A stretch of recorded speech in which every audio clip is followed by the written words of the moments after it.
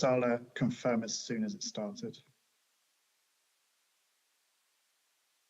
We've started, Councillor Heron. Thank you. Good afternoon and welcome to the decision days of myself, the Executive Lead Member for Children's Services, as well as the Executive Member for Education. These decision days are being broadcast in one session live on YouTube and via the County Council website. Moving into the agenda for my part of the meeting, deputations, we have none notified, so that will move us into, and we have no key decisions, so we now move on to non-key decisions. And the first item on the agenda is the savings programme to 2025. I know many members from Stuart at the select committee that we've just attended, but and Erica, I think if you've got any information you want to add. Stuart and Erica, over to you. Yes, thank you, Councillor Harron. So this report sets out these revenue savings proposals for children's services as part of the County Council's savings programme for 2025. There's 130 deficit that the council needs to make savings to balance its budget. This report sets out 10 different proposals. They've all been considered in detail by the Select Committee this morning, and officers have given details around those proposals. The two main items relate to children's social care and transforming children's social care. There are some smaller items in there, but there's no changes from this morning and no changes from your previous briefing. The total savings from children's services equate to £11.095 million. Thank you. Eric, I don't know whether you want to come in. No, nothing to add. Thanks, Stuart.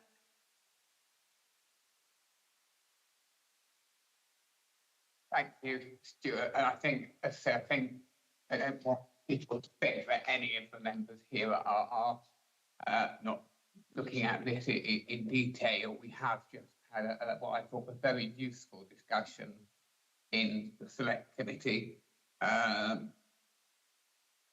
But with that, before perhaps I say a bit more and consider the recommendations, Councillor Porter, I know you've indicated you wanted to say something.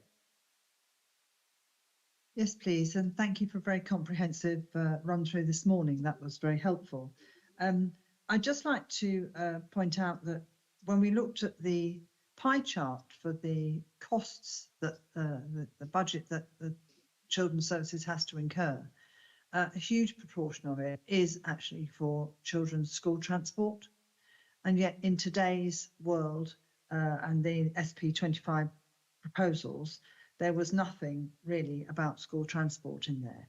And I'm fairly certain that we have been told in previous times that actually that cost is likely to rise. And we did try a couple of years ago to, the council did try to reduce the amount of money that was spent on that particular area, but costs are rising year on year.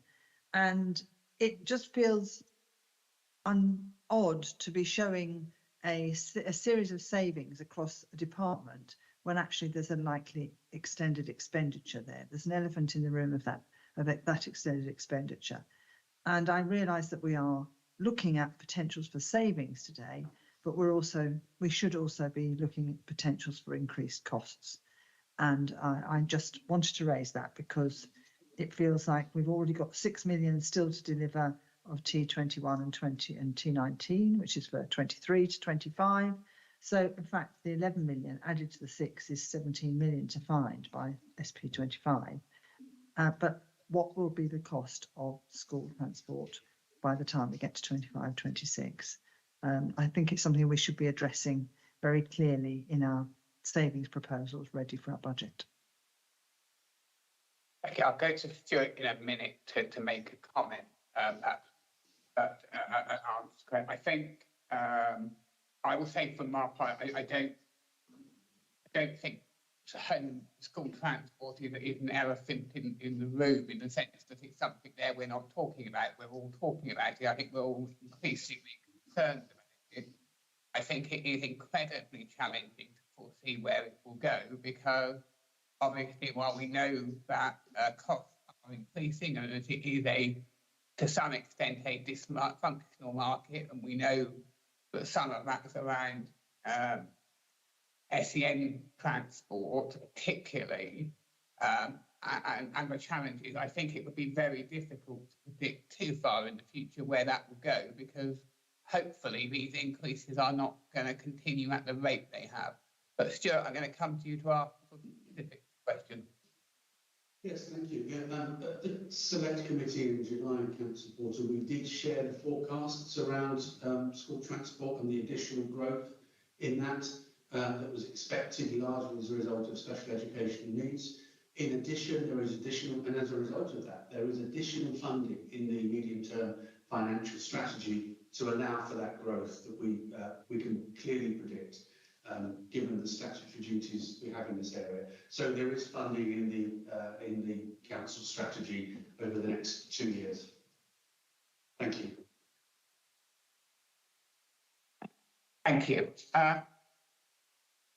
Before I go to the recommendations, I do just want to say a couple of words about context that we see this in, because this is, we all know, an incredibly challenging savings plan. And while the saving proposals for the children's services are perhaps, in large extent, and I'm thinking about the 8.5 million in changing how we deliver, I think they are perhaps possibly fairly unique in the fact that these are savings that I actually and genuinely believe by implementing, we will not only continue to deliver the amazing, outstanding service we do, but actually have the potential, and we talked a lot at the Select Committee today about the risk, but have the potential to deliver better outcomes for our young people in challenging circumstances. But look, none of us come into this wanting to be sitting in meetings like this, finding savings. Now, we might want to be transforming our services, but we would like to be then taking that money and then putting it into other areas that we think are the priorities for our residents, or indeed allowing it to go to fix other services and support other services. None of us come in here to do this, but we are in an incredibly difficult situation where we have that sort of, particularly in this service, that sort of perfect storm of service pressures, inflation, and not just inflation, but areas of service where the cost increases are significantly higher than inflation, and, to be frank, underfunding from central government. In that perfect storm, we are having to find £132 million worth of savings by 2025-26.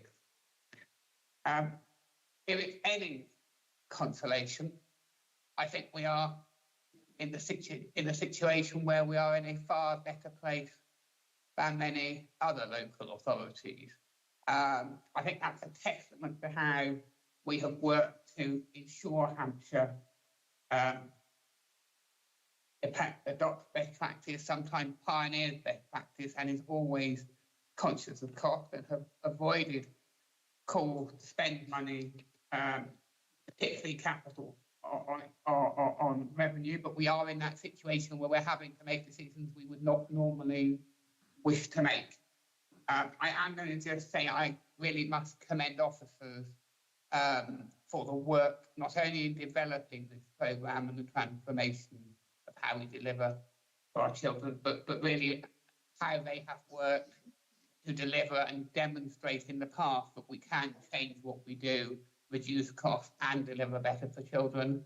And my appreciation for what they're going to have to do going forward to deliver these ambitious but equally highly worthwhile savings programme, which I genuinely think will support our young people going into the future. So with that, and having listened carefully to the discussions of the Select Committee, and noting that it was, I believe, and Councillor Penman General no doubt to be kind of along, it was the recommendation of the Select Committee to support the savings proposal as set out in Appendix 1. So with that, I will agree the recommendation as to through the submission of the proposed savings options contained in Appendix 1 to Cabinet. And with that, I think that brings us to the next item, which again, I think had a really comprehensive discussion at Select Committee, and that is item 2 on the agenda, the Hampshire Youth Justice Service Youth Justice Plan 2023. Now, I note there are some exempt appendices attached to this item, which have been considered, so I don't propose to go into an exempt session. But I understand, is it Kieran or Nikki presenting this one for us? It's me, Councillor Nikki. Nikki's here. You're not the person I've got on my paper, but I had a suspicion it would be you. So, Nikki, given we've had a really comprehensive thing, can I ask you to give a brief introduction to it, please? Yes, of course. So just to clarify why we've brought it here, there was a change in requirements for the full council to sign off the Youth Justice Plan for 23-24, and this is going to be an ongoing requirement. So we've bought it this year, and it will be one for an ongoing kind of yearly kind of consideration thereafter. Just to kind of give some highlights, I won't go into the detail on the plan. The plan is there, and there is that overview report which I've done, which just highlights some of the main areas and makes a few links for colleagues on the call. But just to kind of reiterate the purpose of the plan and the reason why we do the plan, it's done on a yearly basis, and it is done as a condition of our grant. So the Youth Justice Board give us a grant each year, and as a result of that, we do need to do a number of actions, one of which is to produce our Youth Justice Plan. That's presented, we get guidance in March, and the template in which to submit the plan. So there's no variation in terms of the way the plan is actually structured, and the content of the plan, although obviously it's going to be different according to the Youth Justice Service that is reporting on. So that template came in late March for us to consider, but the gap and then has to be resubmitted back to the Youth Justice by the end of June. So the window to actually kind of get it through the process is quite tight. So we're doing this with retrospect, which is quite permissible within the rules and with the process which most other youth justice services go through. So what you've got before you is a plan. Broadly, it details a number of things there. The underlying principle of child first, the nature of all our work in much detail in terms of Section 10, which details are very comprehensive, all the things that we work on, for example, our prevention programme, diversion, our work in courts, our work in the youth custody state, and so on and so forth, and also kind of lists lots of the interventions that we then kind of deliver. There is an extensive report on our finance, but that is actually kind of with hindsight, so that's last year's kind of budget and how that is. At the time I wrote it, I didn't actually have the notification of our grant for this year. So, excuse me. So it was done without that, but we have now our grant notification. There is some indications on our performance and how that is going well, I think to say, and also the fact that we actually do need to be looking at new indicators. I also make reference to our service delivery plan, which is reflected in the main plan, which is basically our work for next year and the things that we're going to be concentrating on. in terms of the next kind of 12 months. That then is worked up into a much more kind of detailed plan, if you like, which is the process that I'm going through at the moment. I'm going to stop there, but if there's anything else that you feel that I've missed or that you would like me to cover, please come back to me. Thank you very much for that. And I think we had a really useful discussion at the Select Committee. Councillor Porter, you asked to say something on this item Yes, as well. yes, I did. And actually, I was going to say that I really welcome the speech and language therapy addition.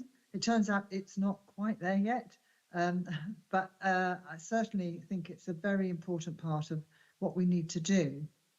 In my experience working with young people who have entered this system, their ability to be able to explain how they feel and enunciate their concerns as well as their aspirations, I think is a major barrier. And their bereavements to loss of situations is a real barrier to them making progress. So I really welcome this part of the paper, and it was a good discussion this morning. Thank you.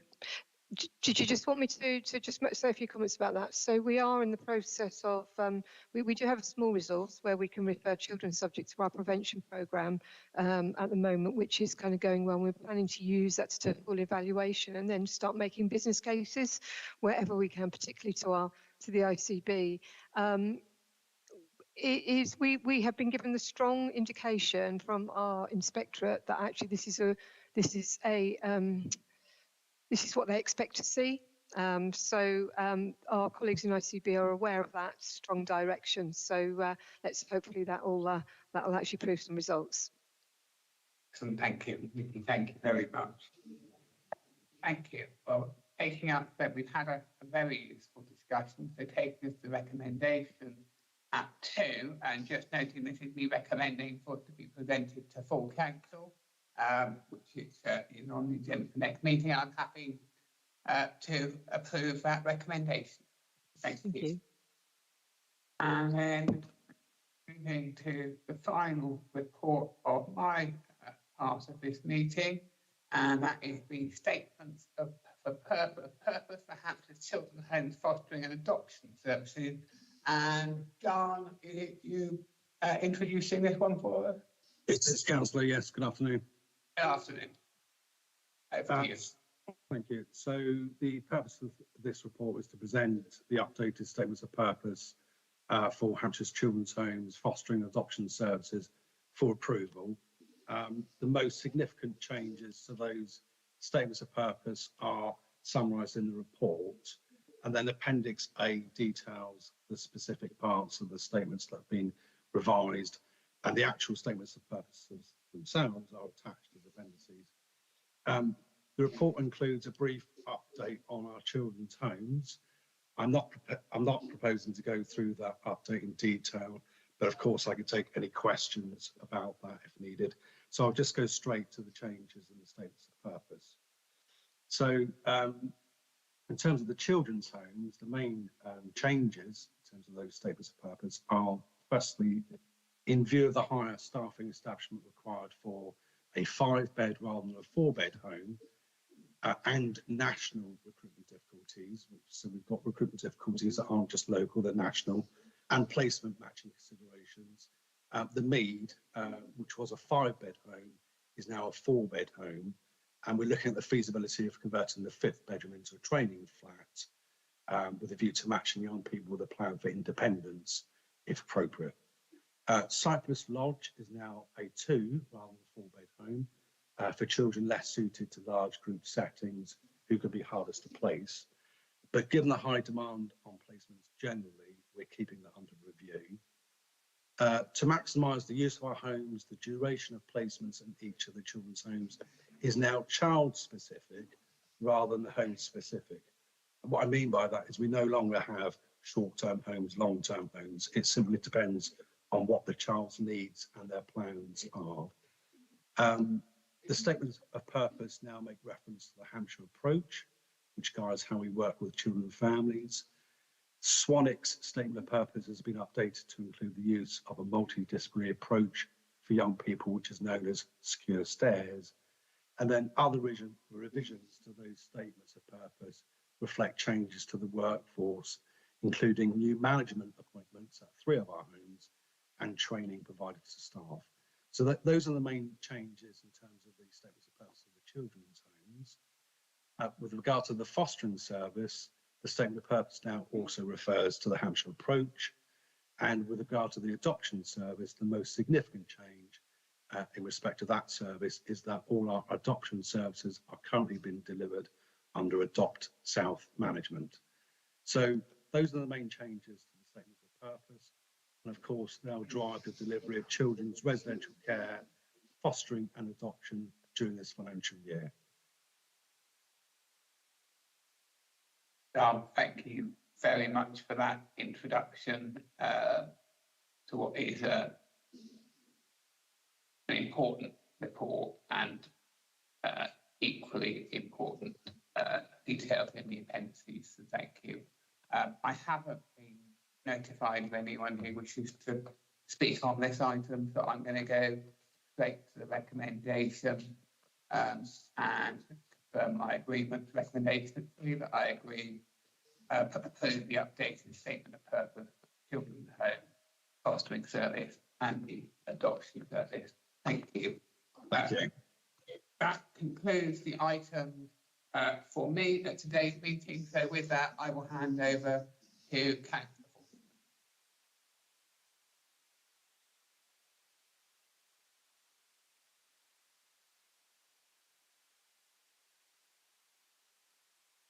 Good afternoon, ladies and gentlemen, and thank you, Councillor Heron, and for covering that so expediently. We're still being recorded and broadcast, so I shall go straight into the single item that I've got in my role as Executive Member for Education, which is the item 4 on the agenda, Oakmoor Secondary School in Borden.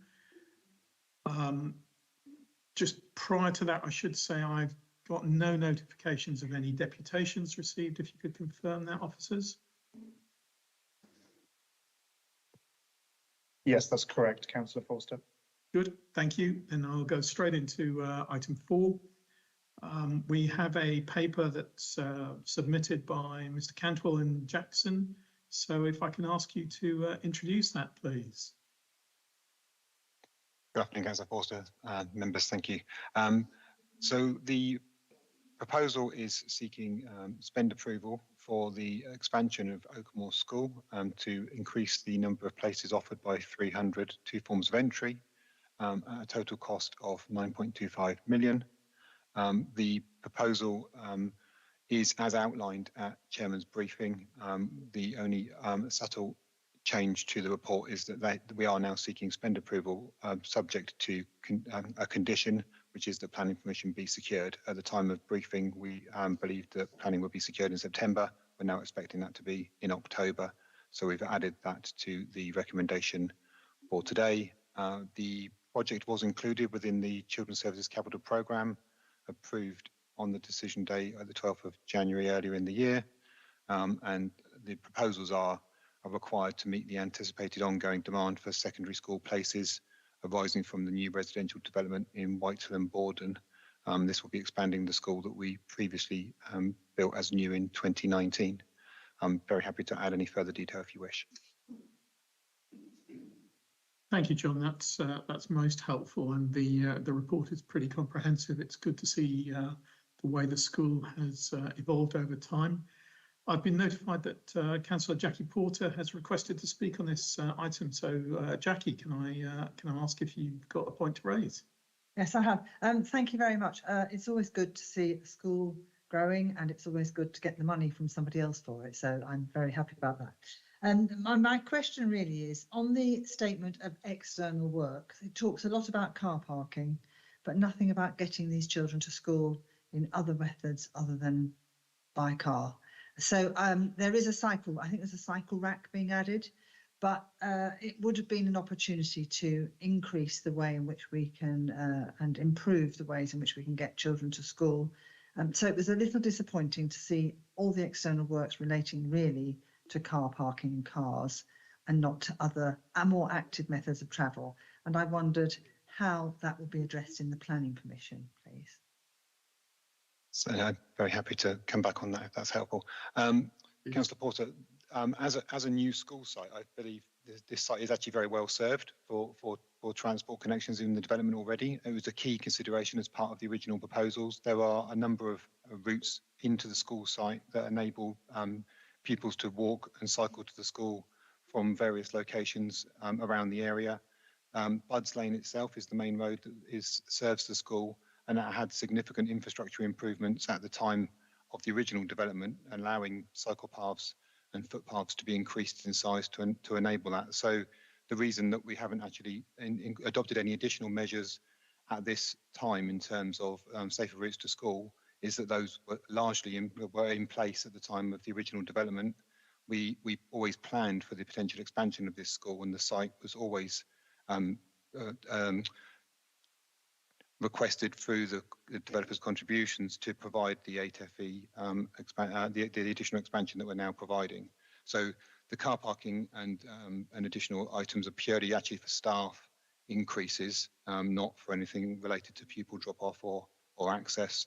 Pupil drop-off is discouraged in terms of vehicular access onto the site, and the cycle provision is to obviously encourage and improve on that provision for pupils to be encouraged to cycle to school.